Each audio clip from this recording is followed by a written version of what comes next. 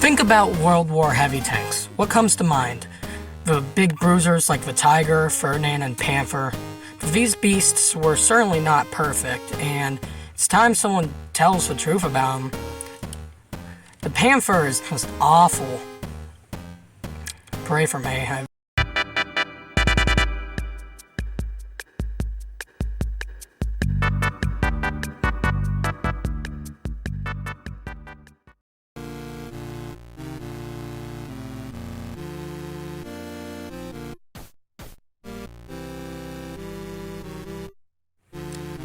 Part 1. Hard and soft factors. So let's look at why the Panther is so bad, yet considered so perfect.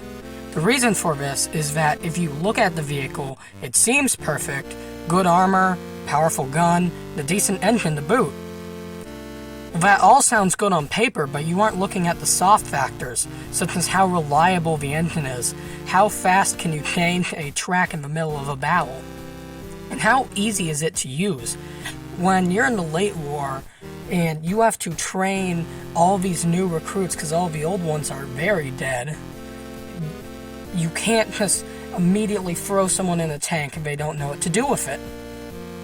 This is where the Panther falls short, and to support my point, allow me to use a quote from the book The Panzer Killers by Daniel P. Boldner.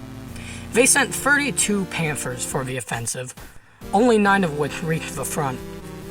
This shows you just how unreliable the tanks were, and leads into my second point.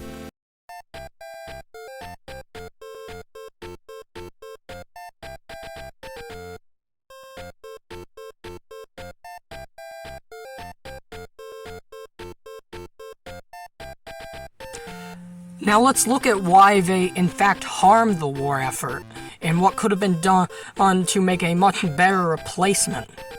See, at the time of their production, the Third Reich was playing with a very finite set of resources, as they were rapidly running out of steel, manpower, oil, and most other items.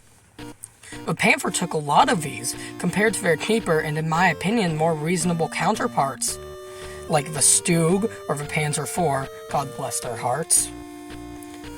Another thing is that the German army didn't standardize production, leading them to need specific factories for different models, which is not very helpful when every night the Allies drop 5,000 pounds of high explosive freedom on your factories.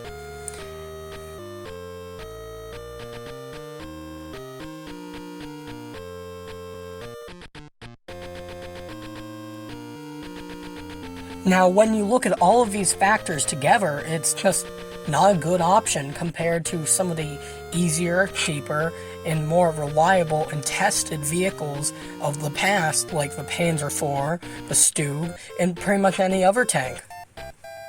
And it's got this legendary status because, yes, when you actually see one rolling onto the battlefield, it is dangerous, and certainly not something you would like to see. But it's about before the battlefield that makes it painful.